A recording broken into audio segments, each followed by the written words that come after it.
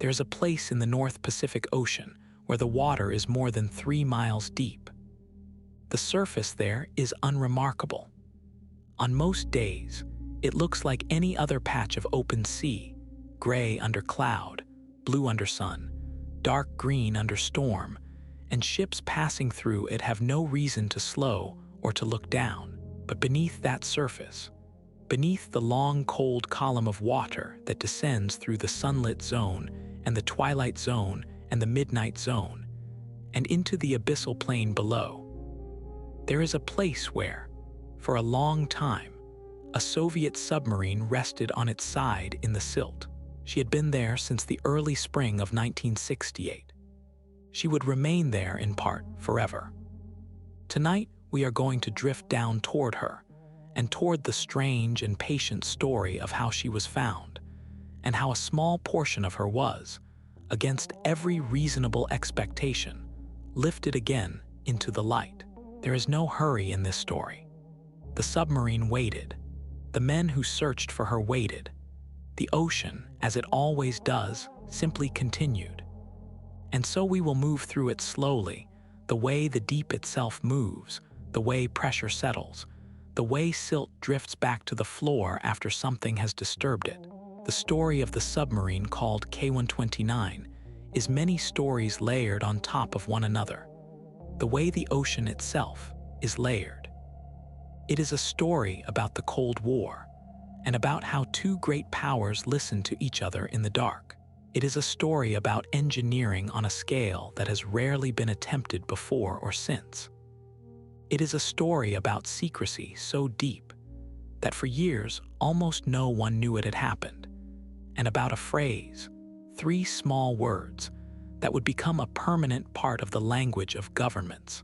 But before any of that, it is a story about 98 men who went to sea in a vessel of steel and who did not come back.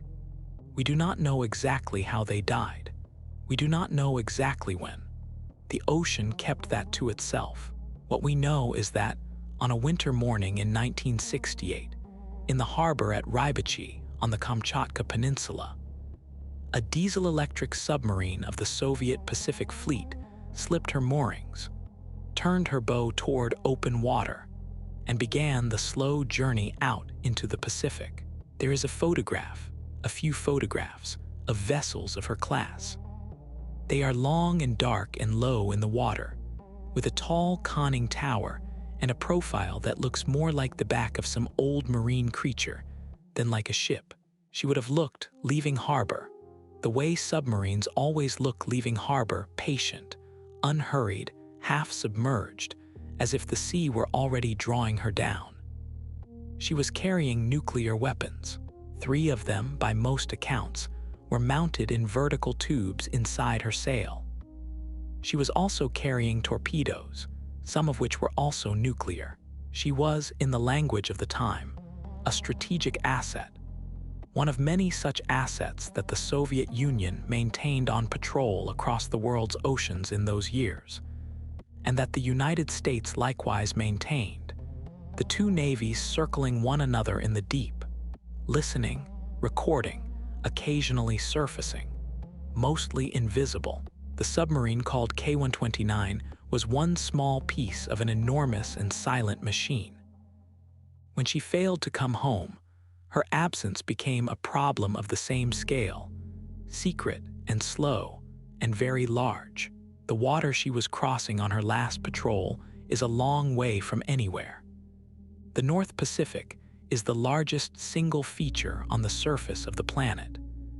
A submarine moving through it is, in any practical sense, alone. The radio horizon is short. The depth beneath the keel is enormous.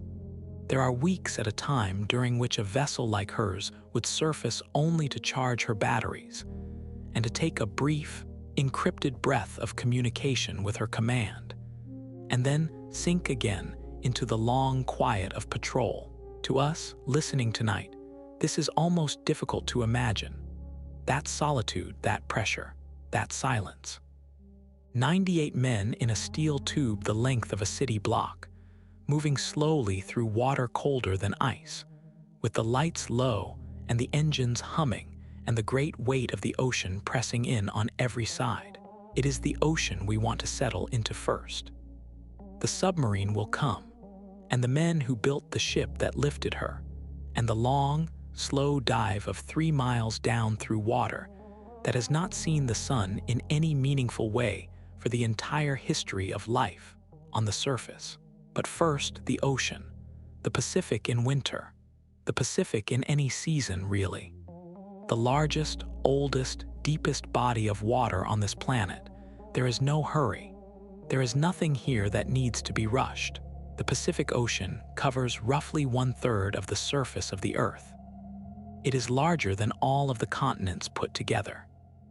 If you stood on the moon and looked at our planet at the right moment in its rotation, you would see almost nothing but the Pacific, a single blue circle filling the disk of the world.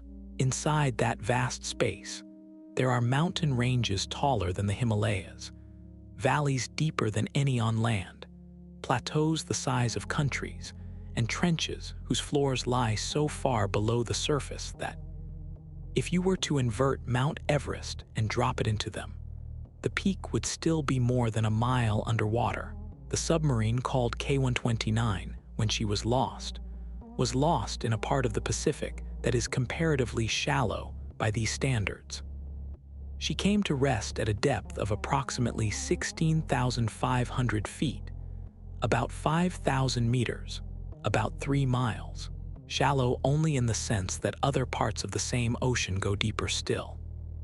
In any human sense, 3 miles of water is a great deal of water.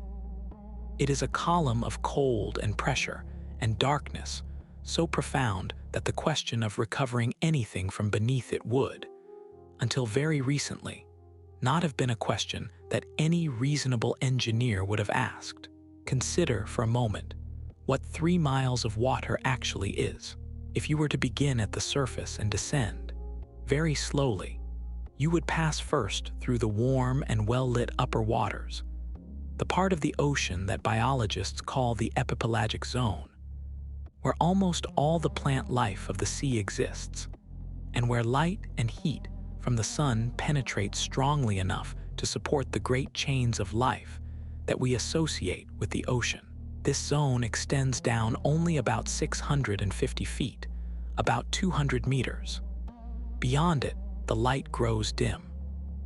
You enter the mesopelagic zone, the twilight zone, where the colors begin to vanish first. Red goes early, then orange, then yellow, leaving everything in shades of blue and green. 1,000 feet down, there is no real light at all by surface standards, although the eyes of fish that live there can still detect the faint glow that filters through. By 2,000 feet, you are in the bathypelagic zone, the deep, dark middle of the ocean, where no sunlight reaches. This zone extends from around 3,300 feet down to about 13,000 feet, a vertical column of perfect darkness, more than 2 miles tall. Below that lies the abyssopelagic zone, the abyssal water, where the temperature is permanently near freezing and the pressure is enormous. The K-129, at 16,500 feet, was just into this abyssal layer. She had passed through every zone of the ocean on her way down. She had spent only minutes doing it. The descent that takes us, in our slow imagining, paragraphs upon paragraphs to consider, the long fall from sun to dark, she made in something like 10 or 15 minutes, end to end. But of course, she made it without anyone being aware. The collapse of her hull at depth meant that the men aboard her did not experience that descent as a descent. They experienced it, if they experienced anything at all, as a single brief event at the upper end of it, after which there was nothing more to experience. The fall through the dark water belonged to the submarine alone by then, to the metal, to the gradually settling debris, to the silt that far below was waiting to receive whatever was coming. In the spring of 1968, no reasonable engineer was asking it. The submarine had simply gone missing. She had not radioed. She had not surfaced. The Soviet Navy, which had expected a routine signal from her at a certain point in her patrol, did not receive it. They waited. They sent the signal again. They waited longer. And then, slowly, the realization settled over them, the way realizations of that kind settle, that something had happened to one of their submarines, and that they did not know what it was, and that they did not know where she was, and that the ocean she had been moving through was extremely large. What they did, in response, was to send out a great number of ships. The Soviet search effort in the spring of 1968 was one of the largest peacetime naval operations conducted by the USSR up to that point. Vessels of many kinds, destroyers, submarines, ocean-going tugs, intelligence ships, fanned out across a wide arc of the North Pacific, looking, listening, hoping. They did not find her. They searched for weeks. They found nothing. Eventually, with no debris, no oil slick, no body, no signal, no clue at all, they returned to port. The submarine was logged as lost. The families of the 98 men were informed, in the careful and incomplete way that such things were communicated in that era, that their fathers and husbands and sons would not be returning, and the ocean closed over the matter, as the ocean does. What the Soviets did not know, and would not know for a long time, was that the United States had heard her die. There is a system of underwater microphones called SOSUS, the Sound Surveillance System, which the United States Navy had been building and refining since the late 1950s.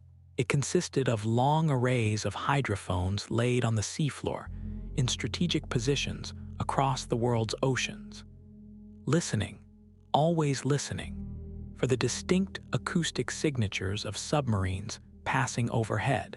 SOSUS could distinguish a Soviet submarine from an American one by the sound of its propeller. It could track a vessel across thousands of miles of open water. And on a certain day in early March of 1968, somewhere in the network of those undersea ears, SOSUS heard something, a sound, an event, a signature that, when analysts later pieced it together, suggested an implosion, the rapid collapse of a hull at depth, at a particular location in the North Pacific. The hydrophones of SOSUS were, in their time, perhaps the most secret listening posts in the world. They were laid in long lines on the seafloor along the continental shelves, connected by undersea cables to listening stations on shore, where rooms full of analysts sat in front of paper readouts and watched the slow scrolling waveforms of ocean sound, day and night, year after year. The systems could detect a submarine's screw, the sound made by the rotation of its propeller in the water at remarkable distances, and could often identify not just the type of submarine, but the specific individual vessel. The way a human ear can recognize a familiar voice in a crowd, the ocean to SOSUS was not silent. It was full of sound.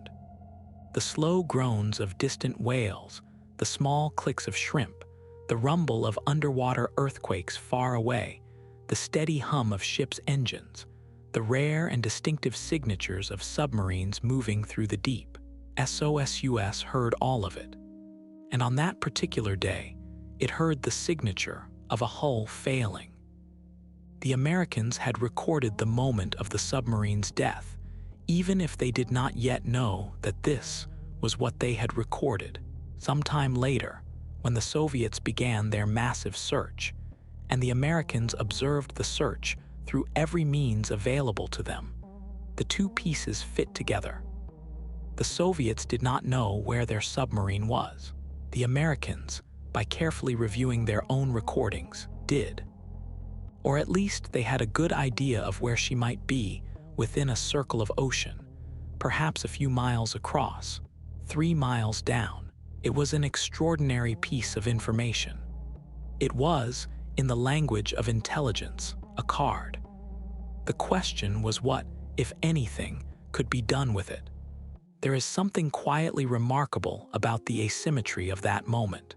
The Soviet Navy had lost one of its strategic vessels, and despite its enormous search effort, despite the dozens of ships and the hundreds of personnel involved, despite the thousands of square miles of ocean covered, it could not find her.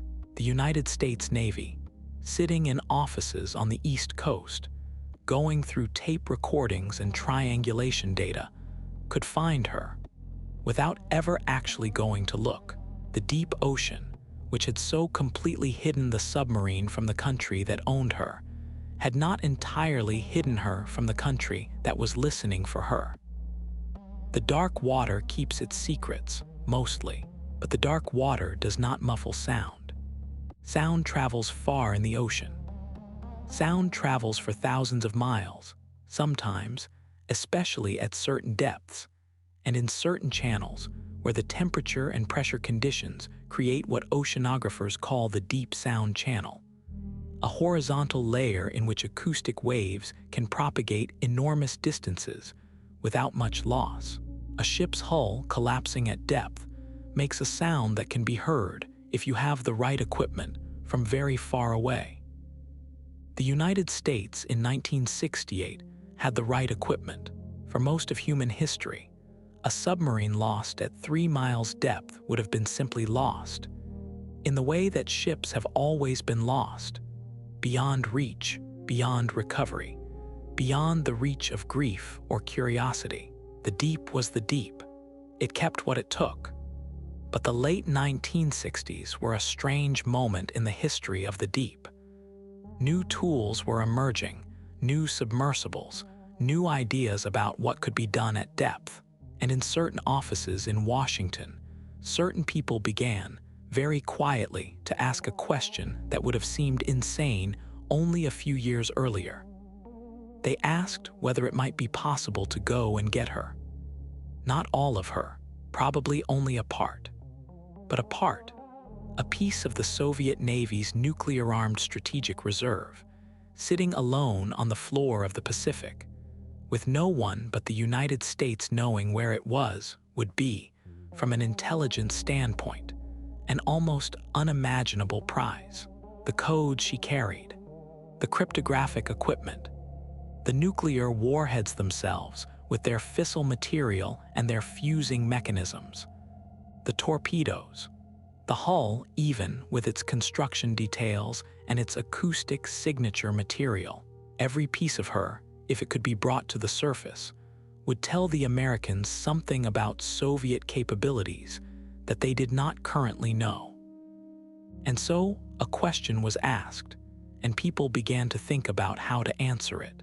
The thinking would take years. The doing would take longer. The cost would be more than $500 million in 1970s dollars. The program would be one of the most expensive intelligence operations in American history up to that time. It would be conducted in almost complete secrecy, behind a cover story so elaborate that it required the construction of a ship larger than anything the offshore industry had ever built, and the involvement of one of the wealthiest and strangest men in the world. It would result in 3 small words, neither confirm nor deny, that would enter the legal language of the United States and remain there to this day. But all of that is still ahead of us. Tonight, for now, we are simply with the ocean, the Pacific in winter. The submarine is still moving, in the early days of her last patrol, into water that grows steadily deeper beneath her keel. The water is cold. The water is dark. The men aboard are doing the things that men aboard submarines do: eating, sleeping, standing watch, reading, writing letters they will never send. The ship's diesels turn over slowly. The pressure of the world pushes evenly against the hull. The captain, a man named Vladimir Kobzar, is 40 years old. He has a wife and children at home. Most of the crew are young, in their 20s, some of them on their first long patrol. The submarine moves on through the dark, and the dark goes on and on and on. The vessel itself was of a class the Soviets called Project 629, and which NATO designated Golf class, a designation that has nothing to do with the game and everything to do with the simple fact that NATO assigned letters of the phonetic alphabet to Soviet submarine classes. In order, she was a diesel-electric boat, not a nuclear one, which meant that she had to surface or run shallow under a snorkel in order to charge her batteries by running her diesel engines. Beneath the surface, on battery power alone, she was very quiet. On the surface or near it, she was somewhat less quiet and somewhat more visible. She was, by the standards of 1968, an aging design. The newer Soviet ballistic missile submarines were nuclear-powered, faster, deeper diving, and longer ranged. But the Golf-class boats were still in service, and still on patrol, and still carrying their 3 nuclear missiles in vertical tubes inside the sail. K-129 was one of them. Her hull was long and narrow, around 300 feet from bow to stern. Her displacement, on the surface, was roughly 2,800 tons. Submerged, with her ballast tanks filled, she displaced more. She had a crew of around 83 to 100 men, accounts vary slightly. And on her last patrol, the number aboard was either 97 or 98. The slightly larger figure is the one most often cited, and is the one we will use here. 98 men. 98 lives. A small village, more or less, sealed inside a steel tube and sent out across the largest ocean in the world. What they ate while they were aboard was the food of Soviet submariners. Black bread, canned fish, soup, tea, occasional cuts of meat in the early days of the patrol when the fresh stores held, and the slow shift towards stored and preserved foods as the patrol wore on. They slept in narrow bunks stacked 3 or 4 high. The bunks in some cases shared between men on different watches in an arrangement called hot bunking, where one man climbs out of the warm sheets and another climbs in. They worked 4 hours on, 8 off, or 6 on, 6 off, depending on the watch system. They had almost no privacy. The smell, by the 2nd or 3rd week of a patrol, was a thick combination of diesel fuel, human bodies, hydraulic fluid, machinery, and the faintly metallic scent of the inside of a sealed iron pressure vessel. It was not a pleasant environment in any sense, but it was a known environment. Submariners, in any navy, become accustomed to it.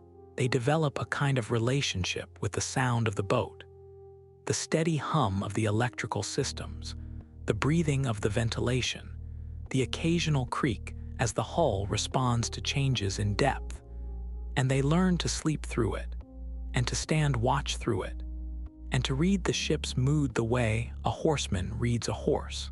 We do not know what their last hours were like.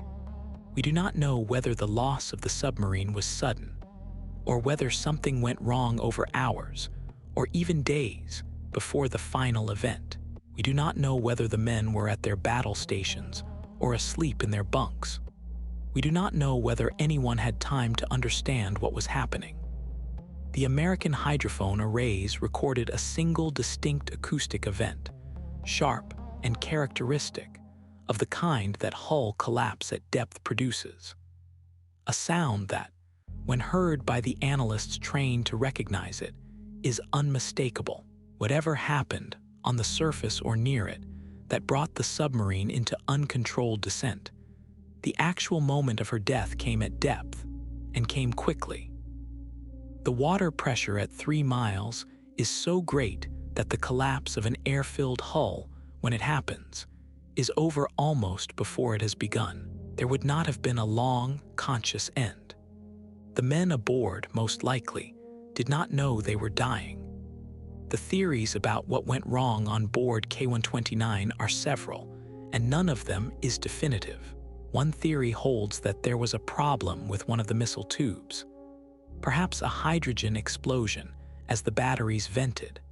Perhaps a fuel leak from one of the liquid-fueled missiles she carried. Perhaps a snorkel malfunction during battery charging that allowed water to enter the boat.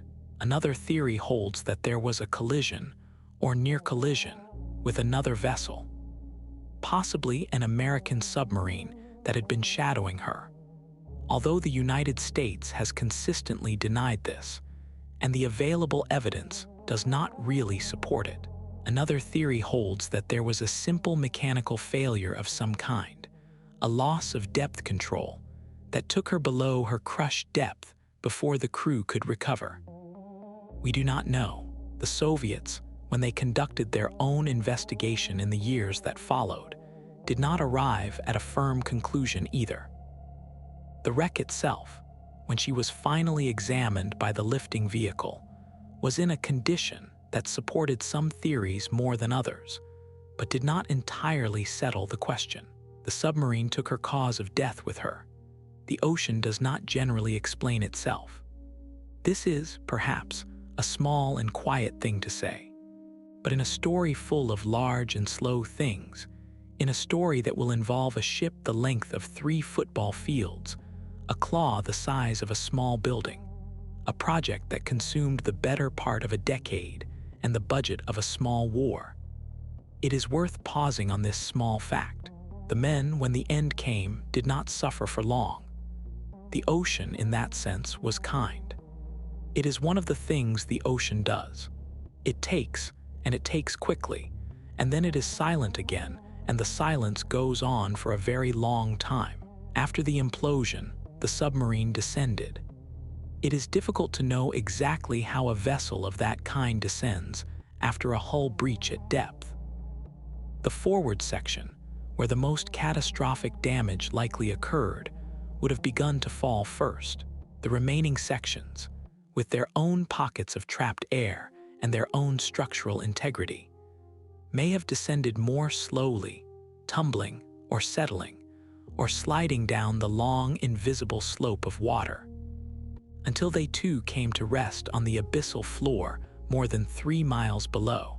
The whole process, from the moment of the breach to the moment when the last piece of the submarine touched bottom, would have taken something like 10 or 15 minutes, perhaps a little more. The ocean is patient with falling things. There is nothing to slow them except the water itself, and the water's resistance is gentle. They simply fall. They reach the bottom. They stop. What she came to rest on when she stopped was a stretch of relatively flat seafloor far from any continental shelf. In a part of the Pacific where the bottom is mostly silt and clay, fine-grained sediment that has been falling, particle by particle, from the upper waters for millions of years. The seafloor in that region is composed of the slow rain of dead things from above, accumulated over geological time. When the submarine arrived in it, she would have raised a great cloud of silt that obscured everything for hours, perhaps for days, before settling slowly back down again, layer by layer, beginning the long process of incorporating her into the sediment, of making her, in effect, part of the seafloor. The ocean at 3 miles down is cold, somewhere between 1 and 3 degrees Celsius, just above freezing. It is dark. The faint blue tinge of light that makes it down through the upper ocean has long since vanished by the time you reach the bathypelagic zone, the great black middle of the ocean's depth. And below that comes the abyssopelagic zone, where the submarine now rests, and where there is no sunlight at all, and has not been for the entire history of that water mass. The pressure at that depth is around 500 times the pressure at the surface of the sea.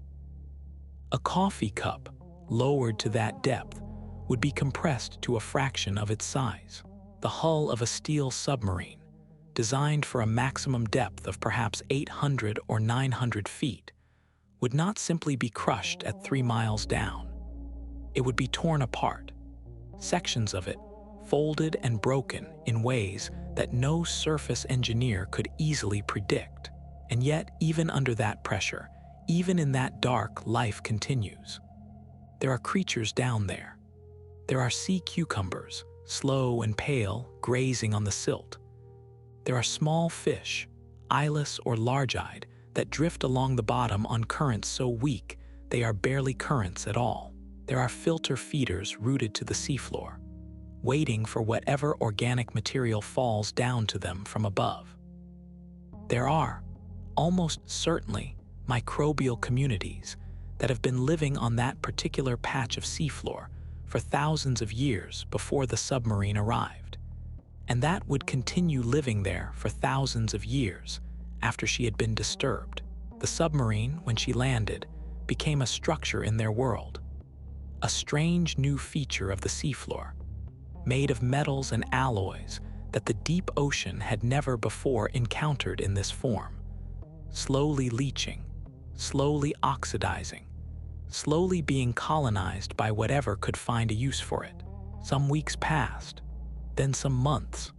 The Soviet search effort came and went and found nothing. The Americans listened, watched the Soviets searching, and pieced together what had happened. And in offices on the east coast of the United States, far from the dark place where the submarine lay, certain people began, very quietly, to ask whether the impossible might be possible, whether something might be done. The idea, when it was first proposed, sounded like a joke. A submarine, 3 miles down, pick her up, bring her to the surface, hide what you are doing from the Soviets, who would presumably take a very dim view of a foreign power attempting to recover one of their submarines and its nuclear weapons. Hide what you are doing from the rest of the world, too, because if the operation became public, the political fallout would be considerable. Do all of this without the existence of any vessel currently in the world that is capable of lifting more than a few hundred tons from anywhere remotely close to that depth. Do it within a budget that is, at least nominally, accountable to taxpayers and to congressional committees. And do it, ideally, without any actual loss of life among your own people. The idea was, by any reasonable assessment, mad, but the cards on the table were extraordinary. 3 nuclear missiles, cryptographic equipment, code books, the complete construction details of a Soviet ballistic missile submarine. Every piece of intelligence that could possibly come from such a recovery would be, individually, a major prize. Together, they were potentially the largest single intelligence haul of the Cold War, and so the people who had been asked to think about it kept thinking about it, and the thinking turned, slowly, into planning, and the planning turned, eventually, into a program. The program was given a code name. The code name, in the way of intelligence code names, was deliberately neutral, designed to mean nothing to anyone who might overhear it. The program was called Project Azorian. For many years afterward, it would be incorrectly remembered as Project Jennifer. That name was actually the security compartment within which Azorian was kept, but the wrong name stuck in the public memory for decades and was repeated in many books and documentaries before the truth was finally clarified. Project Azorian. The Azores have nothing to do with anything. The name was simply a name. The plan, as it developed through the late 1960s and into the early 1970s, was as follows. A purpose-built ship would be constructed. A ship larger than any vessel ever built for this kind of work, with a moon pool in its center, an enormous opening through the hull through which equipment could be lowered and raised. From this ship, a long string of pipe, like the drilling string used by oil rigs, but far longer and much more sophisticated, would be lowered, segment by segment, all the way down to the seafloor. At the bottom of the string would be a vehicle, a claw, a lifting frame the size of a large house, with great curved arms that would close beneath the wreck and cradle her, and lift her, segment by segment, back up the string, all the way to the surface, into the moon pool of the ship, where she could be examined and dismantled, and her secrets removed in privacy. The vehicle was given a code name as well. It was called Clementine, after the song. It was, when it was built, one of the most complex pieces of underwater engineering ever constructed. The cover story, because all of this had to be hidden, was that the entire operation was a private commercial venture of the eccentric American billionaire Howard Hughes. Hughes was, in those years, one of the wealthiest men in the world and one of the most reclusive. He lived behind a wall of aides and security and rumor, and almost no one outside his immediate circle had seen him in person for years. He was famous for unusual projects, the Spruce Goose, the Las Vegas hotels, the airline, and he had the resources, the strangeness, and the distance from public scrutiny to make a perfect cover. The cover story was that Hughes was building an enormous deep-sea mining ship designed to scrape up potato-sized lumps of mineral wealth, manganese nodules, from the seafloor in international waters and bring them to the surface for processing. Manganese nodules were, at the time, a real subject of speculation in the mining industry. There were rocks down there containing significant concentrations of nickel, copper, cobalt, and manganese, scattered across vast plains of the deep Pacific, and it was theoretically possible to imagine a future in which they could be commercially harvested. The theory was thin, but it was real enough that an unusual ship designed for deep-sea mining was a story the world might plausibly accept.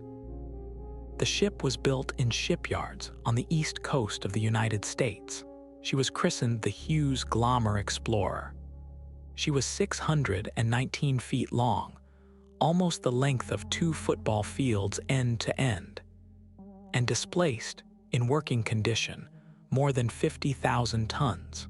In the center of her hull was the moon pool, the great opening through which Clementine would be lowered, and through which the prize, eventually, would be raised.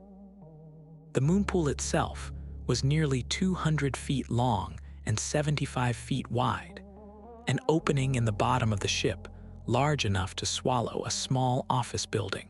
To anyone passing the ship at sea, she looked unusual but plausible.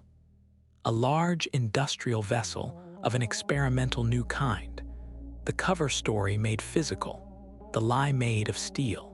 The construction of the Hughes Glomar Explorer and of the lifting vehicle Clementine that she would carry occupied several years. The work was conducted under the highest levels of secrecy. The shipyard workers did not know what they were really building. The mining executives interviewed in business magazines about the future of deep-sea mining did not know that their words were part of a cover. Even most of the Central Intelligence Agency did not know what was being built or why. The compartment was so tightly held that, within the agency itself, only a small handful of people had the full picture, and yet the project was so large, so visible, so physically enormous, that the question of how to explain it was constant. The answer was always the same: mining. Manganese nodules, deep-sea minerals, the future of resource extraction. A long, slow, repeated story, told over and over, until the world got used to hearing it and stopped asking too many questions. The lifting vehicle itself, Clementine, was built separately, in a different facility, and had to be brought to the Glomar Explorer in secret, because Clementine was simply too large to be transported overland and too sensitive to be moved through any public waterway. A separate, enormous structure was built to house her. A submersible barge, essentially, the size of a large building, that could be flooded and submerged so that the Glomar Explorer could be positioned over it. And Clementine could be lifted up through the moon pool and into the ship's interior. All of this done underwater, out of sight of any passing vessel or aircraft. The barge was called the HMB-1. It was constructed in a covered facility on the west coast. The mating of the lifting vehicle with the ship took place in a sheltered bay at night, with all the operational care of a military maneuver.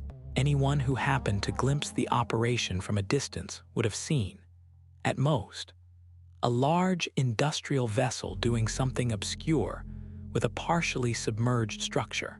Nothing about the silhouette would have suggested what was actually happening, which was the assembly of a clandestine deep ocean recovery system designed to lift a foreign nuclear submarine from 3 miles down. There is, in this part of the story, a quality that is almost dreamlike.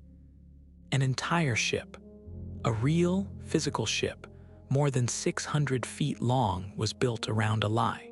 Inside the ship was another, even more enormous lie, in the form of a lifting claw the size of a building, designed for a single purpose that was different from the one publicly stated. And around all of it, a third lie, woven of press releases and interviews and casual remarks from well-paid actors, presented to the world at the volume of normal commercial life. It was a feat of engineering, certainly, but it was also a feat of theatrical production. There was something almost beautiful about the elaborateness of it, the patient construction of a story that could carry the weight of so much steel. The cover was not perfect. Things slipped, occasionally. A few investigative journalists in the early 1970s began to wonder why a private mining company would invest so heavily in a vessel for a market deep-sea manganese nodule extraction.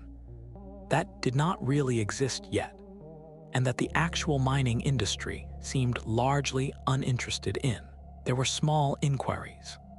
There were a few articles.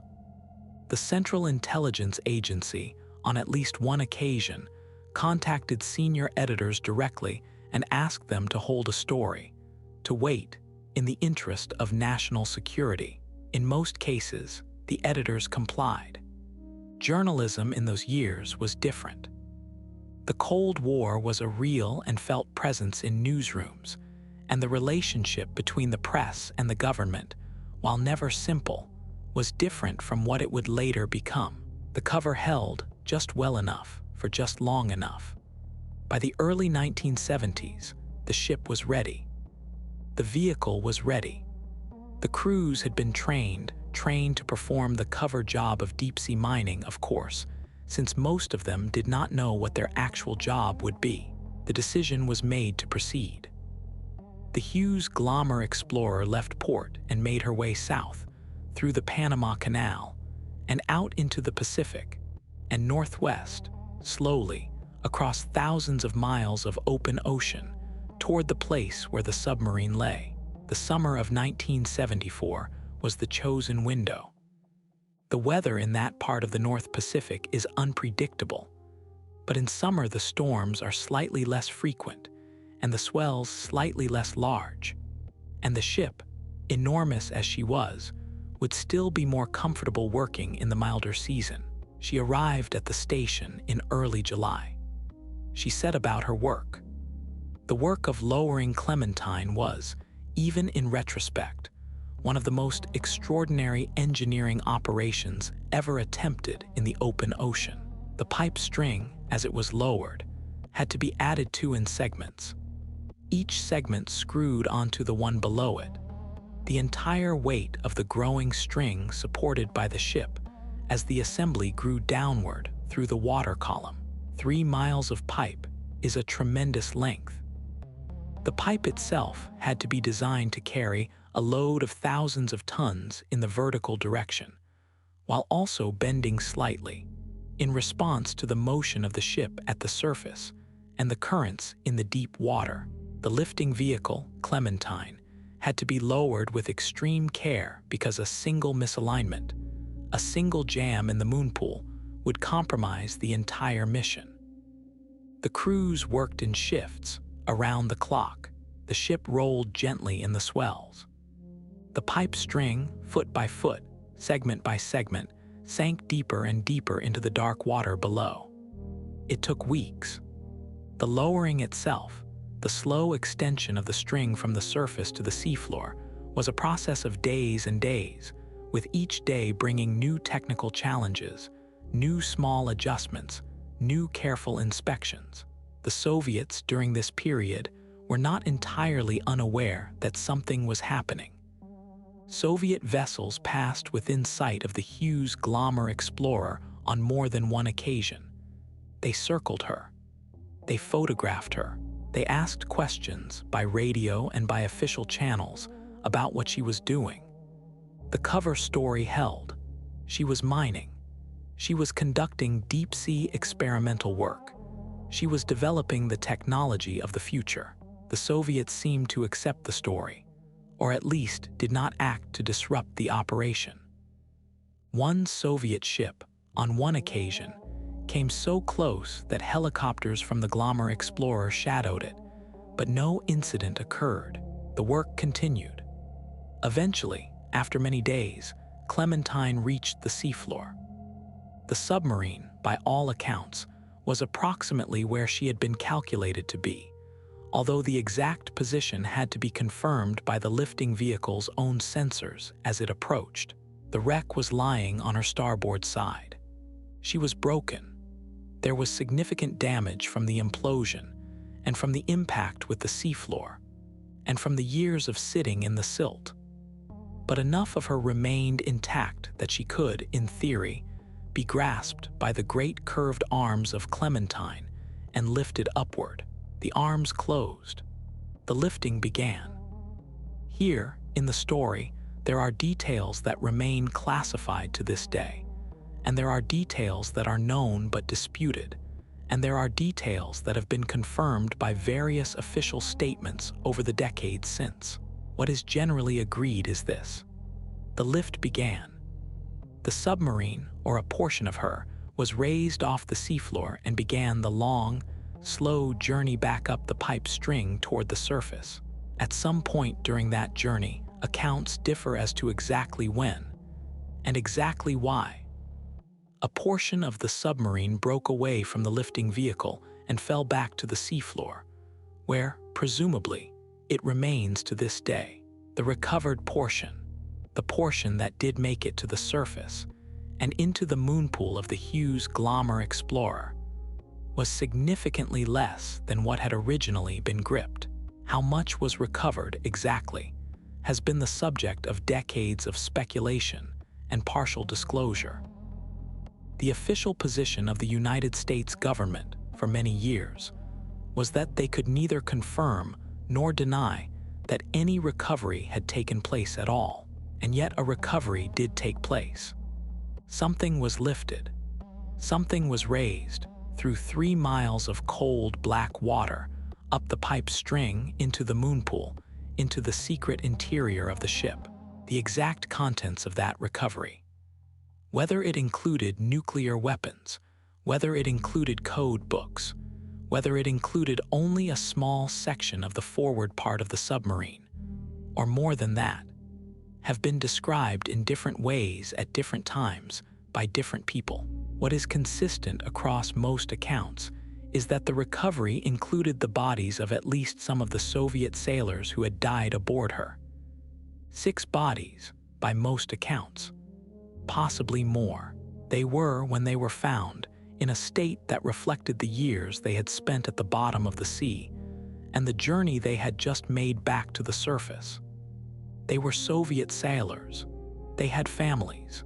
They had been on patrol. They had not come home. What the Americans did with them is, in some ways, the most quiet and most respectful part of this entire long, strange story. They did not do anything sensational with them. They did not display them or exploit them or conduct any kind of intelligence operation upon their remains. They prepared them with care for burial at sea. They constructed a small ceremony. There was a Russian Orthodox priest present, or at least Russian Orthodox prayers. Accounts again vary slightly. The bodies were placed in a steel container, weighted, and committed to the sea in a formal naval funeral. The Soviet national anthem was played. The American crewmen who participated in the ceremony, many of whom had spent the previous months and years working on what they were told was a deep-sea mining project, now found themselves attending the funeral of foreign sailors, whose deaths they had only just begun to understand. A film of the ceremony was made. Decades later, after the end of the Cold War, that film would be presented by the United States government to the government of the Russian Federation in a quiet diplomatic gesture, an acknowledgement in the form of a strip of celluloid that the men had not been forgotten. The Hughes Glomar Explorer departed from the recovery site in August of 1974. She returned to port. The recovered material was offloaded under conditions of extreme security and was conveyed to facilities where it could be examined at leisure. What was learned from it has never been fully made public. It was almost certainly less than the original architects of the project had hoped for, given that a substantial portion of what had been lifted was lost back to the seafloor partway through the recovery. It was almost certainly more than nothing. Somewhere in classified archives, the full assessment of what was learned exists or existed and may someday be released and may not. The men who knew about the project at the time were sworn to secrecy. Many of them are now dead. Many of the documents are still classified. The story, in its full detail, is not yet entirely told, but within months of the recovery, the story began, in pieces, to leak. A series of investigative journalists began asking questions about an unusual and extremely expensive ship that had been built by Howard Hughes for deep-sea mining, and that did not appear to have done any actual deep-sea mining. By early 1975, the broad outlines of the operation were beginning to appear in the press. The Los Angeles Times ran a piece. The columnist Jack Anderson followed with another. The story in its various partial forms was suddenly in newspapers across the country and around the world. A Soviet submarine, a secret recovery, a ship the size of a city block built around a lie sent across the ocean to lift something out of the deep. The official response of the United States government to the questions that followed was a phrase that, until that moment, had not really existed in American jurisprudence. When journalists filed Freedom of Information Act requests for documents about the operation, the CIA's legal team, working with a young attorney named Diane Marie Plotz and her colleagues, crafted a response. They did not say yes, the documents existed. They did not say no, they did not.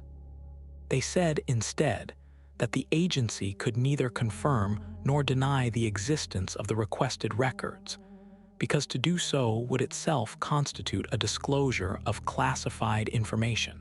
The response was novel. It was challenged in court.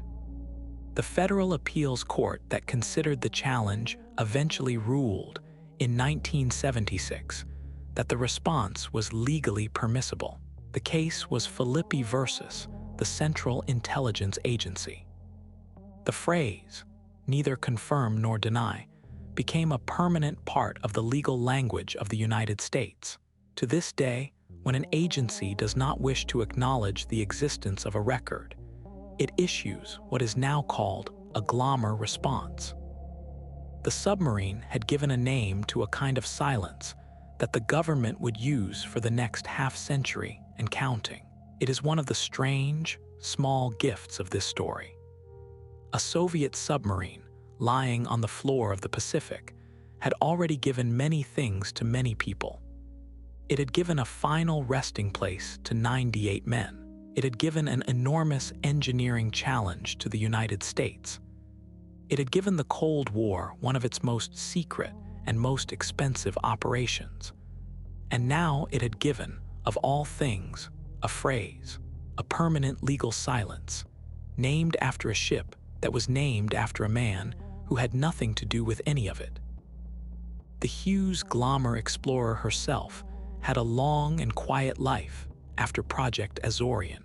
She was briefly considered for a second recovery attempt to retrieve the portion of the submarine that had broken away during the first lift, but the proposal was not pursued.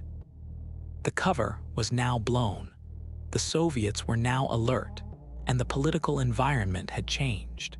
The ship was eventually mothballed, sat for years in a fleet reserve, and was later converted into a deep-sea drilling vessel for actual commercial purposes. She worked, for a time, in the offshore oil industry. She was eventually retired and scrapped. The lifting vehicle, Clementine, was disassembled. The pipe strings were recycled. The infrastructure of the operation, like most secret infrastructure, simply dissolved back into the ordinary world, its components used for ordinary things, its existence reduced to documents in archives, and to the memories of the relatively few people who had been involved. The Soviet Union, for its part, eventually came to know what had happened. By the late 1970s, Soviet intelligence had a reasonably complete picture of what Project Azorian had accomplished, even if many specifics remained obscure. The Soviet government did not lodge any major formal protest.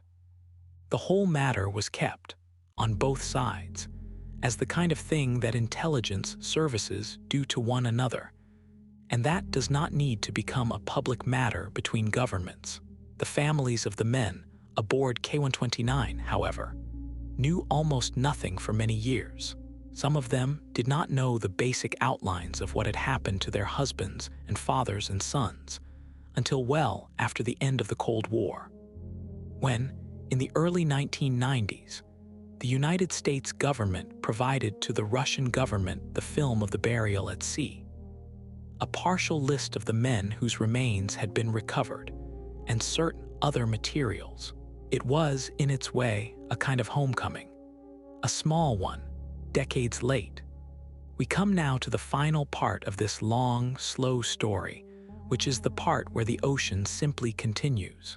The submarine, or what remains of her, is still on the floor of the Pacific. Most of her was never recovered. The portion that broke away during the lift and sank back down through the water column is somewhere in the silt, presumably not far from where she originally came to rest. The sediment has by now drifted back over her. The microbial communities have continued their slow work. The pressure has not changed. The temperature has not changed. The dark has not changed. She is and will be part of the seafloor for a long time to come. The men who died aboard her have, in a sense, two graves. Some of them are buried on the floor of the ocean, where they have been for more than half a century. 6 or so of them were buried at sea a second time, in a steel container with prayers and an anthem in 1974. A few of the names were eventually returned to their families. Most were not. 98 men, most of them young. Most of them had the lives they did not get to live still ahead of them when the patrol began. The Pacific does not remember them in any meaningful sense. The ocean has no memory. The water that was around them on the day they died has since moved many times around the globe, carried by the great deep currents that take centuries to complete their slow circuits, mixed and remixed with the waters of every other ocean. There is no part of the sea that holds a particular grief for what it has taken. The sea simply is. It is the largest feature on the planet. It is older than every life that lives in it. It will be there long after every story we tell about it has been forgotten. And yet, we do remember. The story of the K-129 and of the Hughes Glomar Explorer is not lost. It is in books. It is in the declassified files. It is in the memories of the few remaining people who participated in it. It is, in a small way in this script, drifting along with you tonight. The story persists, even if the ocean does not care that it persists. We are, perhaps, the part of the planet that remembers things, even when there is nothing the remembering can do. The submarine is still down there. The portion that the Americans lifted is gone, broken up, examined, dispersed into archives and storerooms and forgotten warehouses. The portion that fell back during the lift is still down there. Most of the men are still down there, in the slow embrace of the silt. The ship that lifted them, the Glomar Explorer, is itself now gone, scrapped, her steel recycled into other ships and other structures. The men who planned the operation are mostly gone, too, retired or dead. The Cold War that gave the operation its meaning is gone. The Soviet Union, which owned the submarine, is gone. Even the United States that built the ship has changed many times in the intervening decades, has become a different country in many ways, has fought different wars, has had different presidents, has used the Glomar response thousands of times in matters having nothing to do with submarines, or with the Pacific, or with the deep. What remains is the water. The water that closed over her in 1968. The water that pressed against the hull of the lifting vehicle in 1974. The water that flows now, 3 miles above her, in the long, slow currents that move from one end of the Pacific to the other and back again. Century after century, the water does not know any of the names. It does not know that anything in particular happened in that small patch of seafloor in a particular year of human history.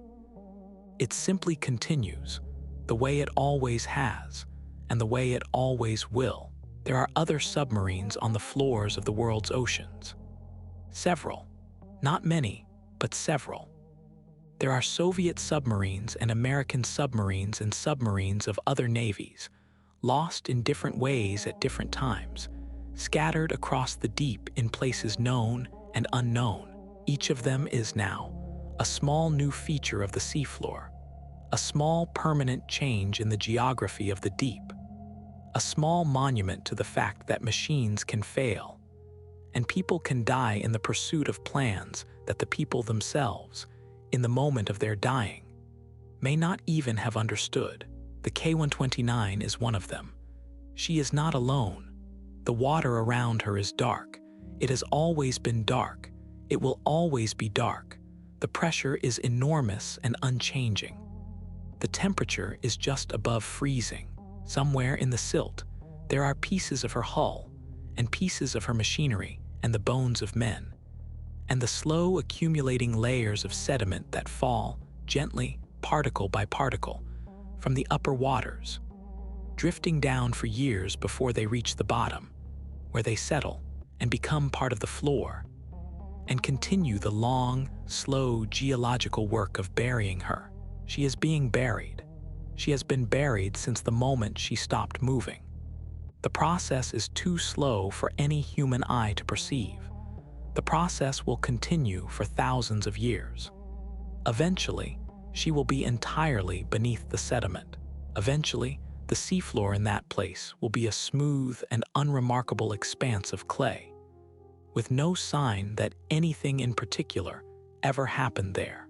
Eventually, given enough geological time, the seafloor itself will move, will be subducted into a trench, will be drawn down into the mantle of the earth, where the metal of her hull and the bones of her crew, and the silt that now covers her, will all be reduced to the same thing: heat, pressure, a slow recycling into the body of the planet. Nothing of her will remain.